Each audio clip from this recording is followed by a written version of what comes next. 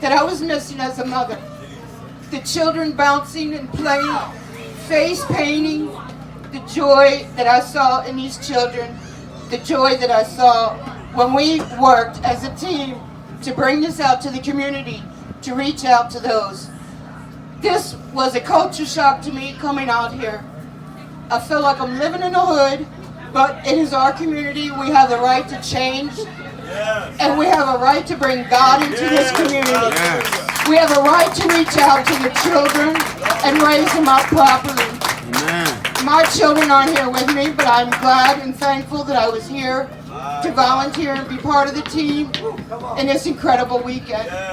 I told Brother Josiah, this weekend has been an awesome experience to me. I feel like something is moving in the city of Salisbury.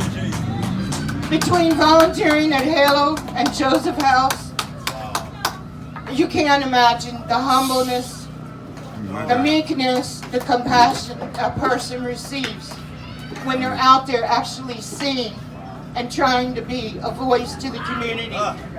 Because homelessness doesn't have a voice. There are people out here every day, people in the community.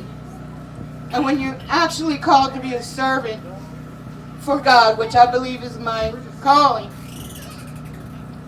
when you lose the ability to care because you're in the medical field, it's time to quit. This weekend has given me back that ability to care. Why did I leave those things behind? Because you get hurt so much. But God can heal you. Yes. Amen. There are so much that you can give back when you're missing stuff in a lifetime that is just compounded. Bags you're carrying from your family. Bags and burdens you're carrying from your parents. Bags and burdens you're carrying from traumas and traumatized youth.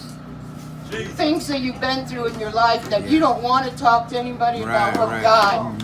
But when you give these burdens to God, come on now, and you ask God to move in your spirit, move in your favor, things will move. Yes, Amen. Yes, Lord. I've been putting out applications and resumes, and I got to thinking this weekend, you know, if this were a job, I would really like it, because this is what God wants us to do, to volunteer and reach out, be servants, to help others, to be ready when you're called.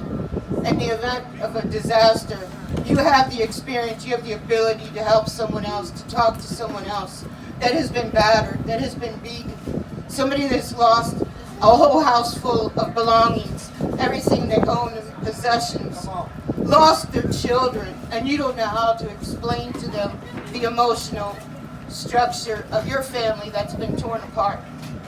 God can take brokenness and He can heal you. Yes. But you have to lay it. Yes, He can. Lay it at His feet. Yes. Come on, Tina. Come on. Come on, now. That's all right. Glory to God. You can do it. I told Brother Josiah, it meant so much today to be part of this.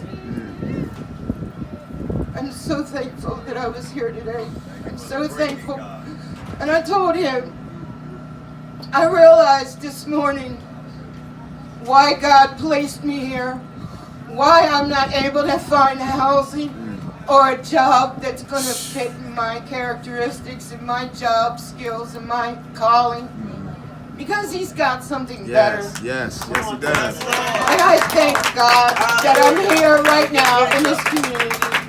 And we can all change this community if we all work together. And I thank you all. Amen.